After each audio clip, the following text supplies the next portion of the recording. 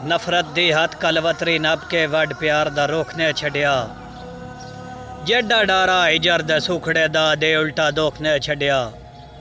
ते तुसा नित खुशबू दियां बत्तियां वांगू घर कहीं दे दुख ने छड़िया। सावें आके चन मगरूरी तो कज आसफ मुख ने छड़िया। हल कोई नहीं निकले आज ताई सजना दी बेतकियाई दा। किते ढेर खुशामद सजना दे त्रुटा टेल ना ला परवाही दा। हुण केड़े दर ते मनता देवां वादा भुल गया संगत निभाई दा।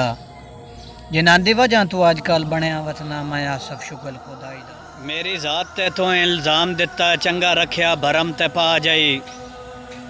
बदनामियां ते रुसवाइयां दा मेरे सिर ते रखिया ता जाई। तकी में खान के टुरसा मुल्क दे विच किता आसफ मैन मौत आ जाई। लगी आईंदी मरज विछोड़ियां दी गया बहुत मस्कीन दा खा जाई। अंधेलिया नहीं पीड़ वजूद चो वंदी पई दित्ती लगदियां हिजर दी मारे। जिन्ना उंगली नप के टोरना आ ओ छड़ गया विचकार है। किते कहीं नहीं भाल इमदाद दे आसफ किदे जावे हुण बीमार है। रही गल कत काई नहीं बेलियां वाली डाडा होया खजल खुआ। मेरी जात ते तो इल्जाम दिता चंगा रखिया भरम ते पा जाई। बदनामियां ते रुसवाइयां दा मेरे सिर ते रखिया ता जाई।